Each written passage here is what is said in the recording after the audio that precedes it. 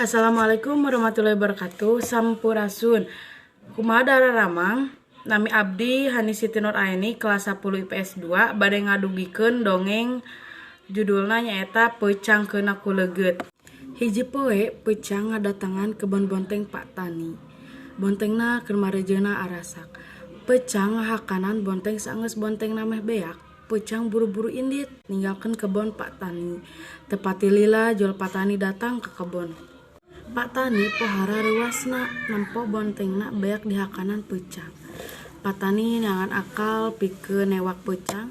Saenggeus ngarasa pajeg, Pak Tani nyieun jajalmaan nu dibaluran ku leugeut.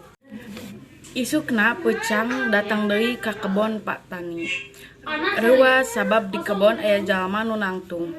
Peucang penasaran terus nyamperkeun jajalmaan.